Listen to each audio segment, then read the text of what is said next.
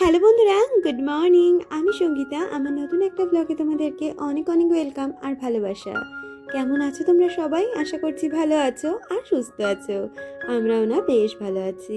আর আজকে দিনটি হচ্ছে শনিবার। ঘড়িতে এখন বাজে সকাল ওই 7টা নাগাদ। তোমাদেরকে সাথে নিয়ে আজকে ব্লগটা এখান থেকে শুরু করছি। আই হোপ ব্লগটা তোমাদের একটু হলেও ভালো লাগবে। এই দুটো দিন তোজোর অনলাইন বা অফলাইন কোনো ক্লাসই নেই বলে একটু সকালটা দেরি করে শুরু করছি। ওই যেখানে 5টায় শুরু করি সেটা 5:30টায় উঠছি। আর প্রতিদিনের মতন বাসি কাজকর্মগুলো সেরে এখন কিন্তু আমার যথারীতি স্নান হয়ে গেছে। আর স্নানের সময় যে কটা জামা কাপড় থাকে সেগুলোকেও ধুয়ে দিয়েছি। আর এখন এগুলো মেলে আজকে থেকে আবার পুজো দেওয়ার ডিউটিটা পড়ে গেছে। আসলে পুজো দেওয়ার এটা ডিউটি মনে হয় না, ওটা কিন্তু আমার কাছে একটা ভালো লাগার জায়গা, জানো তো। ওই ঘরটায় না ঢুকতে পারলে আর ভগবানকে একটু মন খুলে না ডাকতে পারলে সারাটা দিন যেন আমার একদম বৃথা চলে যায়। এই মাসের এই 4-5টা দিন না সত্যি খুব খারাপ লাগে যখন ঠাকুরের কাছে যেতে পারি না। আসলে তারা হয়তো ভগবান, কিন্তু আমার কাছে তারা অনেকটা প্রিয় মানুষ, যাদের কাছে আমি মনের হাজারো দুঃখ কষ্ট যন্ত্রণা সমস্ত কথা বলতে পারবো, কিন্তু তার রিপ্লাইতে তারা আমাকে কোনো খারাপ কিছুই বলবে না। তাদের কাছে গিয়ে মনে সমস্ত কথা জানাতে পারবো। তো যার জন্য ওই ঘরটায় সকালবেলা করে না ঢুকতে পারলে আমার যেন সারা সকালটা ভালোই কাটে না। আর মনে হয় অনেকটা কথা বুকের মধ্যে জমে রয়েছে, যখন কিনা ভগবানের সামনে গিয়ে তাকে বলবো। যদিও বা ভগবানের সামনে গিয়ে তাদের কথা বলতে হয় না, মনে মনেই তাদের কথাগুলো জানিয়ে দেওয়া যায় আর বলা যায়। কিন্তু তবুও দেখবে সবারই একটা নির্দিষ্ট স্থান রয়েছে, তো তাই ভগবানেরও কিন্তু একটা নির্দিষ্ট স্থান রয়েছে যেখানে গিয়ে তাদের সাথে অনেক গল্প করা যায়। আমি তো অনেকটা সময় গল্প করেই তাদের সাথে কাটিয়ে দিই। তো যাই হোক, ভগবানের সাথে তো গল্প অনেকই হলো, তোমাদের সাথেও অনেক কথা বলে ফেললাম। তো কথা বলতে বলতে এদিকে কিন্তু গাছের সমস্ত ফুল দিয়ে আজকে ঠাকুরকে সুন্দর করে সাজিয়ে দিয়েছি। আর যে কটা ফুল দেখছি এগুলো কিন্তু সব আমার গাছেরই ফুল। কিছুটা টগর ফুল আছে, আর ভোলেনাথের জন্য আমার কিন্তু একটা আকন্দ ফুল গাছও হয়েছে, তো সেখান থেকে আকন্দ ফুল দিয়ে প্রতিদিন ভোলেনাথকে দিই। আর ওইদিকে পুজো সেরে আরতি সেরে এখন কিন্তু তুলসী তলায়ও জল দিয়ে নিচ্ছি। আসলে জানো তো, আমাদের এই তুলসী গাছটা এত রোদ উঠেছিল যার জন্য গাছটা পুড়ে গেছিল, তবে এখনো অনেক পাতায় সজীব রয়েছে, যার জন্য গাছটা তুলতেও পারছি না। আর ওইদিকে আমার পুজো দিতে দিতে হাজব্যান্ড দেখলাম এদিকে চা করে নিয়ে এসেছে। প্রতিদিন যে সকালের চাটা আমাকে করতে হয় সেরকম কোনো কিন্তু ব্যাপার নেই। আমার হাজব্যান্ডকে হয়তো সকালবেলা 1 কাপ চা যদি আমি করে দিয়ে যাই, কখনো কখনো নিজের চাটা নিজেও করে খেয়ে নেয়। আবার আমি যখন ঠাকুর ঘর থেকে বেরোই আমার জন্যও কিন্তু মাঝে মধ্যে চা করে রাখে। আবার কখনো কখনো করেও না, সেটা ডিপেন্ড করছে তার মুডের ওপর। মুড ভালো থাকলে আমাকে কিন্তু সকালের চাটা ওই করে খাওয়ায়। আর আমরা সকালে চা খেতে খেতে অনেকটা সারাদিনের গল্প গুজব করে নিই। তার সাথে আজকে কি রান্না বান্না হবে, সে কি বাজার হাট আনবে সেই সমস্ত আলোচনা, তার সাথে তোজোর পড়াশুনো খেলাধুলো বা তার কি কি কাজের শিডিউল রয়েছে, সে কখন ফিরবে আমাদের দিতে, সে কখন যাবে, এইসব সমস্তটাই আমরা কিন্তু সকালে এই চা খেতে খেতেই আলোচনা করে নিই। আসলে কি জানো তো, সকালের টাইমটা আমাদের কাছে খুব একটা কোয়ালিটি টাইম, কারণ তখন বাচ্চারা একদম ঘুমিয়ে থাকে আর দুজনে মিলে অনেকটা সময় গল্প করতে পারি। তো যার জন্য কিন্তু সকালে এরকম চা খেতে খেতে অনেকটাই গল্প গুজব হয়ে যায়। আর ওইদিকে কিন্তু বাজারে চলে গেছে, কি কি লাগবে সেগুলো বলে দিয়েছি, ও নিয়ে আসতে গেছে। আর সেই সুযোগে এখন আমি ওই ঘরটা গুছিয়ে নিলাম, কারণ তোজো আর দুষ্টু তখনও ওঠেনি। আর ওই ঘরটা গুছাতে গুছাতে ওখান থেকেই ওদের ডাক দিচ্ছিলাম, দেখলাম আস্তে আস্তে ওরা উঠে গেছে। আসলে আমাদের এই দিকটায় না দুদিন ধরে এতটাই পরিমাণে বৃষ্টি হয়েছে যাতে ওয়েদারটা এত ঠান্ডা যে ওদেরও আর সেরকমভাবে ডাকছি না, একটু দেরি করেই ডাকছি বলতে পারো। যেখানে ওদের 8টায় ডাকি আজকে 8:30টায় তুলেছি। তো দেখবে ঠান্ডা ওয়েদার পেলে সবারই কিন্তু একটা শোয়ার ইচ্ছে থাকে, সবারই মনে হয় একটু বেশি সময় ধরে ঘুমাই। আর ওদের তো এখনো শুধু পড়াশোনারই চিন্তা, আমাদের মতন তো সাংসারিক চিন্তা বা অন্যান্য কোনো চিন্তা নেই। তাই ওদের জীবনটাকে এরকমভাবে উপভোগ করতে দিই। তাও ওদের কাছে জানো তো একটুখানি ঘুম কম হয়, তবে সেটা ওদের কাছে, এটা বলবো না দুষ্টুর কাছে কম হয়, তোজোর কাছে নয়। তোজোর কাছে কিন্তু ঘুমের পরিমাণটা অনেকই ওর কম, ছোট থেকে ও আগা করে খুব কম ঘুমায়। যতটুকু ঘুমায় ও কিন্তু যত রাত্রি করে ঘুমাক না কেন, ও কিন্তু সকালটা অনেক তাড়াতাড়ি শুরু করে ফেলে। হয়তো 8টা বা 7টার মধ্যে ও সকালটা শুরু হয়ে যায়। এর থেকে বেশি করে না। অনেক বাচ্চা আছে না স্কুল ছুটি থাকলে 9টা 9:30 অবধিও ঘুমায়। আমি তোজোকে বিশ্বাস করো, এই তোজোর 8টা বছর হতে যায়, আমি 8টা বছরে ওকে কখনোই ওই 9টা 10টা অবধি ঘুমোতে দেখিনি। একদিন তো বিয়ে বাড়ি থেকে আমরা প্রায় এসেছি 2টোর সময়, এসে 2:30 3টে নাগাদ ঘুমিয়েছি, তাও কিন্তু সে 8টার মধ্যে উঠে পড়েছে। তো ওর একটা সকালে ওঠার অভ্যেস আছে, জানো তো। তো যাই হোক, অনেক গল্প করে ফেললাম। গল্প করতে করতে এদিকে আমার বাজার হাটা চলে এসেছে। আজকে বাজার থেকে নিয়ে আসা হয়েছিল ভেন্ডি পটল। আজকে যেহেতু শনিবার তাই নিরামিষই রান্নাবান্না করব। আর নিরামিষ রান্নাবান্না মানে অনেকগুলো পদ তো করতেই হবে। আমিষ রান্না হলে কি একটা ভাজা বা মাছের ঝোল হলেই হয়ে যায়, কিন্তু নিরামিষের দিকে দেখতে গেলে অনেক রকমের সবজি বা ডাল এগুলো তো করতেই হয়, কারণ আমাদের তোজো সবজিটা না খুব একটা বেশি ভালো খায় না। যদি পনিরটা করি, পনিরটা খায় বা সয়াবিনটা খায়।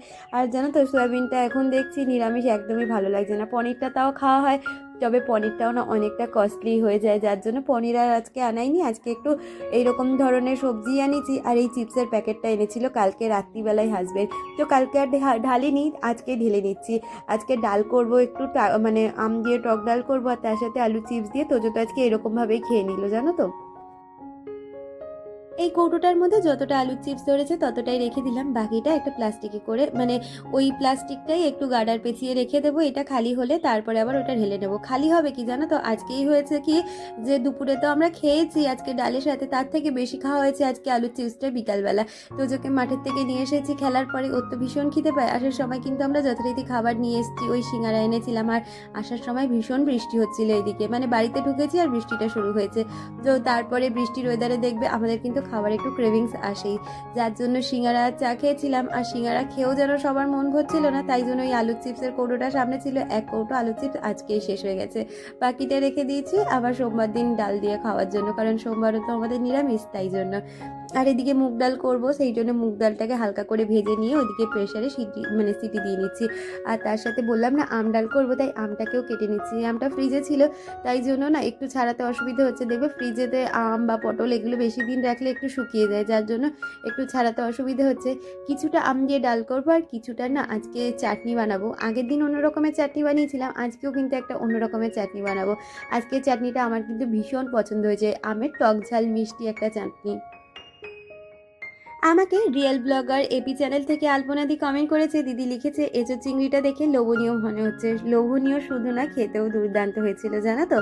আর হীরা আমাকে কমেন্ট করেছে, সে লিখেছে অনেক ভালোবাসা রইল দিভাই, থ্যাংক ইউ সো মাচ, তোমরা এইভাবেই আমার চলার পথে সব সময় থেকো। আর মিলন সাথী চ্যানেল থেকে সাথী কমেন্ট করেছে, সাথী লিখেছে রান্নাগুলো ভীষণ সুন্দর হয়েছে, দেখতেই ভালো লাগছে, দেখতেও ভালো লাগছিল যেরকম, খেতেও কিন্তু সত্যি খুব সুন্দর হয়েছিল। যেই রান্না যেরকম হয় আমি তোমাদের তো বলি, আমি বলে দেওয়ার চেষ্টা করি, তবে সব সময় যে আমি ভালো রান্না করতে পারি সেটা নয়। আর আমার মনে হয় আমার মতন অনেকেই আছো যারা প্রতিদিন যে ভালো রান্না করো সেটা নয়, কারোর তো কম বেশি খারাপ ভালো নিয়েই রান্না বান্না বা সংসারের কাজ সমস্তটাই চলে।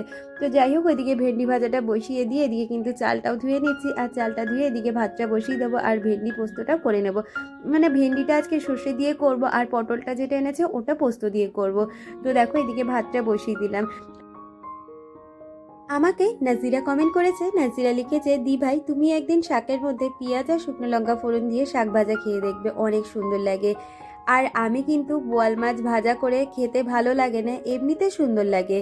আর কি বলবো, আমার মেয়ে দুটো একটাও মাছ খেতে পছন্দ করে না, তার জন্য মাছটা কমই আনা হয়। আমাদের তোজো জানো তো, প্রথমে মানে যখন একটু ছোট ছিল তখন মাছ খেতে পছন্দই করতো না, শুধু চিকেন আর ডিমই খেত। এখন দেখছি ডিমটাও খায় না খুব একটা, শুধু মাছটা আর চিকেনটাই আর মাটনটা খায়। ডিমটা সেরকম অর্থে খায় না, মানে ডিমের কুসুমটা খায় না, শুধু সাদা অংশটা খায়। তার জন্য ডিম রান্নাটা বাড়িতে খুবই কম করা হয়, যদিও বা করা হয় সেটা আবার রাত্রের দিক করেই করি। তো দেখো কথা বলতে বলতে আমার কিন্তু ভাতটা হয়ে গেছে, আর একের পর এক রান্নাগুলো চাপিয়ে দিচ্ছি। ওইদিকে যেরকম ভেন্ডিটা দিয়ে সর্ষেটা হচ্ছে, আর এদিকে ডালটাও আমি সোমবার দিয়ে নেবো। আজকে যেহেতু টক ডাল করবো তার জন্য কিন্তু একটু শুকনো লঙ্কা আর কালো সর্ষে ফোড়ন দিয়ে ডালটা সোমবার দেবো। আর যেহেতু এই ডাল এত ছেটে, আর এদিকে তো চারিদিকে এত সাদা জিনিস, তার জন্য প্রথমে একটুখানি ডাল নিয়ে সোমবার দিয়ে ঢাকা চাপা দিয়েছিলাম, তেলটা যাতে ওই ঢাকনার মধ্যেই থাকে। তারপরে পুরো ডালটা ঢেলে দিয়েছি। আমাকে বনিতা কমেন্ট করেছিল, বনিতা লিখেছিলে একদমই ঠিক বলেছো দি ভাই, গোছানো রান্নাঘর একটু অপরিষ্কার হলেই মনে হয় কতক্ষণে পরিষ্কার করব। পুরো ব্লগটা খুব সুন্দর হয়েছে, থ্যাংক ইউ বনিতা, এইভাবেই পাশে থেকো। আর কথা বলতে বলতে ওইদিকে বাচ্চাদেরকে টিফিনও দিয়ে দিয়েছিলাম। আজকে বাচ্চাদের টিফিনে দিয়েছিলাম কিন্তু ছাতু আর মুড়ি।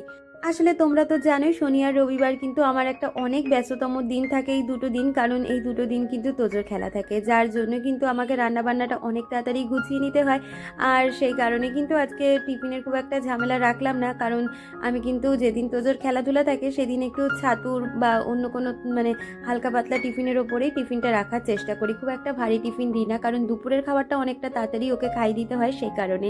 তো এইদিকে কথা বলতে বলতে আমি কিন্তু চাটনিটাও বসিয়ে দিয়েছি। আজকে চাটনিটা না প্রথমে আমগুলোকে সিদ্ধ করে দিয়েছি, আর আমের আটিটাও দিয়েছি। দেখলাম আমের আটি হয়ে গেছে, তাই আটিটা দিয়েছি। আর সিদ্ধ করে আমার এই ছোট্ট কড়াইটার মধ্যে একটু শুকনো লঙ্কা আর সর্ষে ফোড়ন দিয়ে চাটনিটা করে নিয়েছিলাম। এখানে কিন্তু আজকে চিনি দিইনি।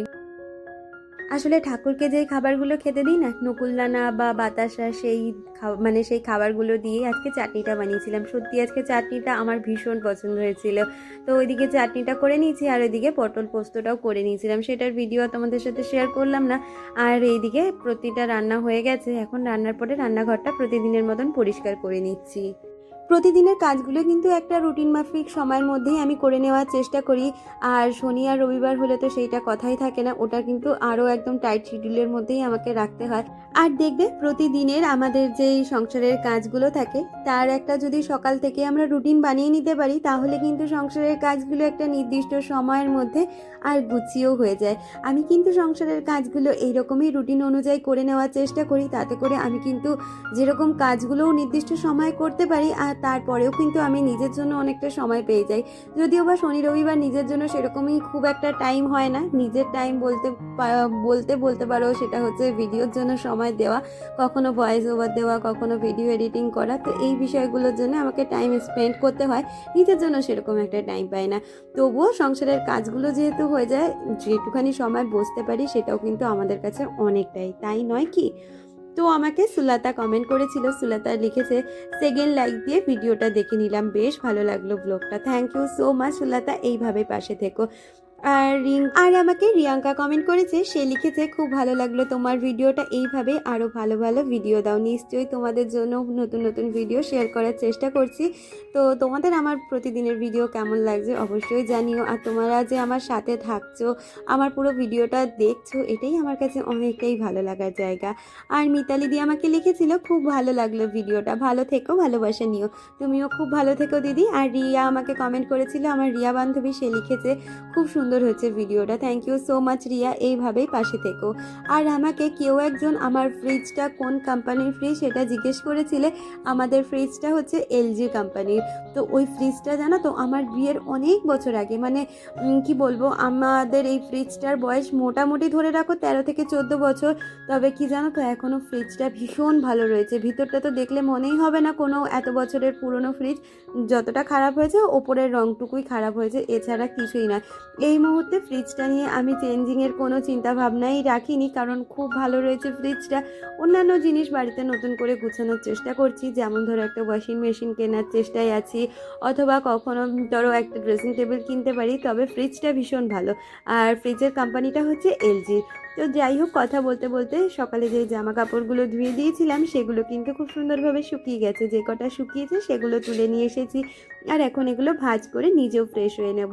আর যেহেতু তোজোর খেলা রয়েছে, তাই জন্য খাওয়া দাওয়ার পর্বটাও আজকে তাড়াতাড়ি করেই মিটিয়ে নেব। আসলে তোজোর সাথে তো যেহেতু আমিও যাই, সেক্ষেত্রে কি করি বলো তো, তোজোকে এই খেলার দিনগুলোতে যখন খেতে দিই সাথে আমিও খেয়ে নিই, নাহলে খেয়ে দিয়ে উঠে রেডি হয়ে না যেতে খুব কষ্ট হয়ে যায় আমারও। তাই জন্য ওর সাথে একটু অনেকটা টাইম আগে খাওয়া দাওয়াটা মিটিয়ে নিলে কি হয়, নিজেও একটু রেস্ট পাই, আর খেয়ে দিয়ে যদি সঙ্গে সঙ্গে হাঁটাচলা করায় আমাদের কিন্তু খুব কষ্টই হয়। তাহলে দেখো, এই দেখো দুপুরের লাঞ্চটাও করে নিয়ে তোজোকে নিয়ে বেরিয়ে পড়েছিলাম, আমার হাজবেন্ডই আমাদের দিয়ে আসে। তাহলে বন্ধুরা, আজকের ভিডিওটা এই পর্যন্ত রাখছি, দেখা হচ্ছে পরবর্তী ভিডিও।